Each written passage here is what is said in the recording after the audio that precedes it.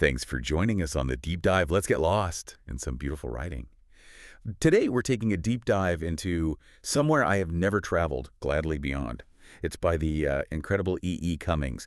This is such a fascinating piece and just perfect for looking at how a love poem can be so much more, especially from someone like Cummings. Yeah, E. Cummings, for anyone maybe less familiar, he was this really revolutionary American poet, early 20th century.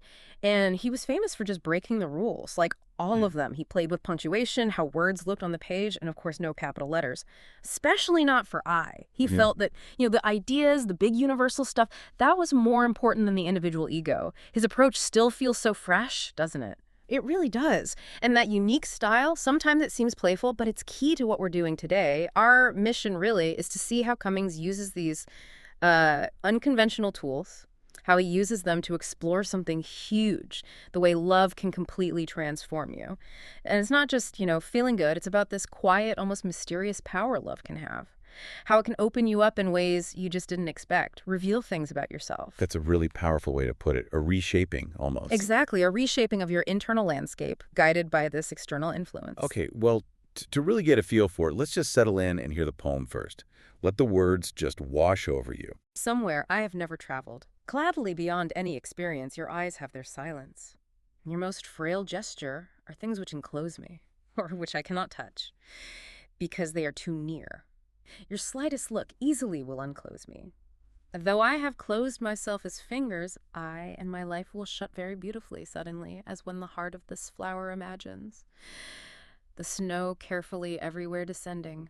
Nothing which we are to perceive in this world equals the power of your intense fragility, whose texture compels me with the color of its countries, rendering death and forever with each breathing. I do not know what it is about you that closes and opens. Only something in me understands. The voice of your eyes is deeper than all roses. Nobody, not even the rain, has such small hands. Wow. Yeah, every single time I hear that, it has this resonance. So, okay, on the surface, it's someone totally captivated, right? Definitely captivated. But it's deeper than just attraction. Cummings is getting at the experience of being completely changed by love. Not just falling in love, but sort of undergoing this fundamental shift. The speaker's just overwhelmed by this person. Okay. And this person, they have this quiet power. It's gentle, but it makes the speaker, who says he was closed as fingers, guarded. Right. Tightly shut. Exactly. It makes him open up in ways he never thought he could. It's this deep surrender to something he doesn't even fully grasp how it works. It just happens. Yeah, it doesn't feel like your standard love poem at all. Yeah. There's this real, awe in it, wonder. How does he create that specific mood? Because it is a very specific kind of surrender he's describing. It's definitely not standard. The feeling is awe, wonder, and crucially, a pleased surrender. He's happy about it. Okay, pleased. Interesting. Yeah, he's not just in love, he's enthralled, amazed by her influence, which feels almost magical. And he builds this mood with some really careful, sometimes paradoxical word choices. Think about gladly beyond right at the start. Right. It tells you he's willing, he's eager even, to go into the unknown with this feeling. Or frail gesture, it highlights gentleness. But also power. Exactly. That's the paradox. And then unclose me, it feels so intimate, the act of being opened. Like blooming. And his style, the way he, ignores the rules, the lack of capitals, the line breaks. Yeah. How does that play into this feeling? It almost feels like the poem itself is opening up. That's a great way to see it. The lack of capitals, especially for I, it sort of shrinks the ego, right? Makes the feeling itself this huge, boundless emotion, the real subject. It helps create this flowing, almost breathless feeling. Right, like you can't put a full stop on it. Exactly. No full stops, no rigid structure. It mirrors the boundless feeling of this love, this wonder. It's like the language itself is dissolving boundaries, just like the love is doing for the speaker. Okay, so let's dig into some of those images. When he talks about eyes having silence or being deeper than all roses, they're really striking. They make you pause. They really do. He's a master of imagery here, particularly using nature to talk about this transformation. Let's look at a couple of key ones. First, there's that big flower metaphor, runs through stanzas 2 and 3. Yep. He compares himself to something closed Yeah. as fingers. You get that sense of him being tightly shut off emotionally. Very, Right? very defensive, maybe. Could be. Then the beloved, open, always petal by petal, myself, as spring opens. Her first rose. Such a beautiful image. It's crucial because it tells you this opening isn't forced, it's gentle, it's natural, it's beautiful, and her touch is skillfully, mysteriously like spring itself. Subtle, but impossible to resist. But then he kind of flips it. He says she also has the power to close him. That feels risky, maybe, in a love poem. It does seem risky, but I think it shows the completeness of his surrender. He contrasts the opening with her power to close me, as when the heart of this flower imagines the snow carefully everywhere descending. Wow. See, it's not about fear or her controlling him in a bad way. It shows how incredibly vulnerable he is and how totally he accepts her influence. Even if she wanted to end things or bring about a kind of emotional winter, he would accept it very beautifully. So it's still beautiful, even the closing. Exactly. It's a natural, willing surrender. It speaks to this almost absolute trust he has in her influence.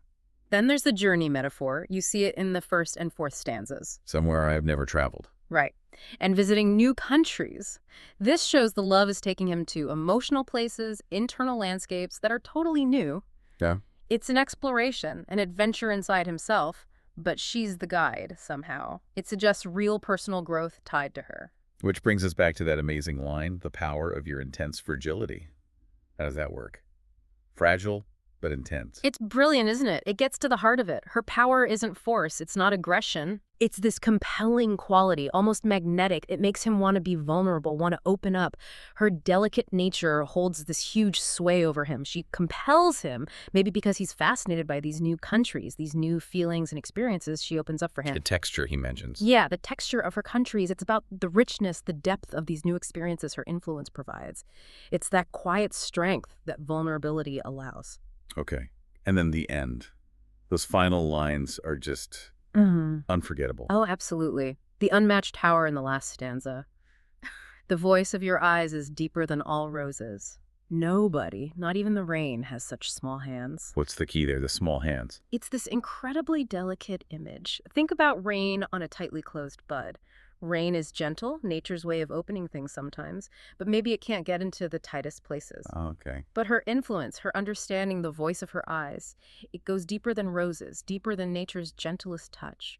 Her small hands represent this incredibly subtle, precise, yet powerful way she has of reaching his innermost self. Wow.